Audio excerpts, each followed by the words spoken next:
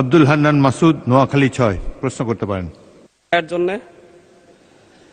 আমি আমার নির্বাচনী এলাকা নোয়াখালী 6 হাতিয়া, ওই অঞ্চলে প্রচুর নদী ভাঙনের কারণে প্রতি বছরই অনেক শিক্ষা প্রতিষ্ঠানকে স্থানান্তর করা হচ্ছে, কিন্তু সেই সকল শিক্ষা প্রতিষ্ঠান, প্রাথমিক এবং মাধ্যমিক শিক্ষা প্রতিষ্ঠানগুলো ওগুলা নিয়মিত বরাদ্দ না পাওয়ার কারণে এবং ওই প্রতিষ্ঠানগুলোর শিক্ষার্থী যারা আছে তাদের একটা তালিকা করে তারা ঠিকমতো পরবর্তীতে অন্য কোনো শিক্ষা প্রতিষ্ঠানে ভর্তি হতে পারতেছে কিনা, শুধু হাতিয়া নয়, এরকম নদী ভাঙন প্রবণ যত এলাকা রয়েছে ওই সকল অঞ্চলের শিক্ষার্থীরা ঠিকমতো অন্য শিক্ষা প্রতিষ্ঠানে ভর্তি হচ্ছে কিনা নাকি ঝরে পড়ে যাচ্ছে, এই তালিকা করার জন্য শিক্ষা মন্ত্রণালয়ের পক্ষ থেকে কোনো উদ্যোগ আছে কিনা, এবং পাশাপাশি হরিণের দেশ নিজুমদ্বীপ ইউনিয়ন প্রায় 25,000 জনগণের বসবাস, সেখানে একটিও মাধ্যমিক শিক্ষা প্রতিষ্ঠান নেই।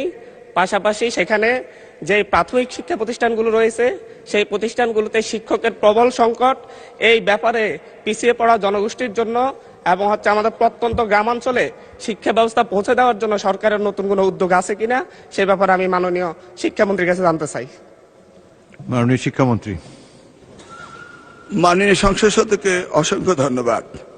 ইতিপূর্বে 2001 থেকে 2006 সালে নকল প্রতিরোধ আন্দোলনের সময় আমি সেখানে গিয়েছিলাম এবং দেখেছিলাম নদী ভাঙ্গনে কলেজ চলে যাচ্ছিল এবং সাবেক প্রধানমন্ত্রী বেগম খালেদা জিয়ার সময় সেই কলেজগুলোকে সরিয়ে ভালো অবস্থানে নেওয়া হয়েছিল।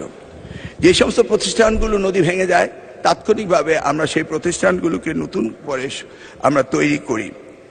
তবে উনি যেটা বলেছেন সেখানে শিক্ষায় ঝরে পড়া, আমরা ঝরে পড়ার ব্যাপারও আমাদের বিভিন্ন প্রজেক্ট থেকে আমরা সেগুলোকে দেখি, পর্যালোচনা করি। উনি যদি লিখিত কোনো নোটিশ দেন তাহলে আমি ওই এলাকার ঝরে পড়ার সংখ্যা, মাধ্যমিক স্কুলের সংখ্যা এবং প্রয়োজন সাপেক্ষে নতুন বিদ্যালয় স্থাপনেরও এই মহান সংসদ থেকে আমরা শিক্ষা মন্ত্রণালয় উদ্যোগ নেব, সেই ব্যাপারে আমরা বলতে পারি।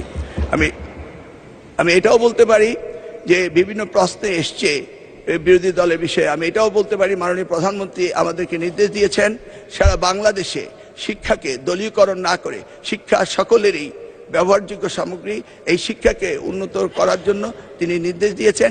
সেই আলোকে আমরা ওনার হাতিয়াকে সুন্দর দৃষ্টি নিয়ে আগামী দিনগুলোতে আমরা তার স্কুলের ব্যবস্থা করব বলে আশা করতে পারি। ধন্যবাদ।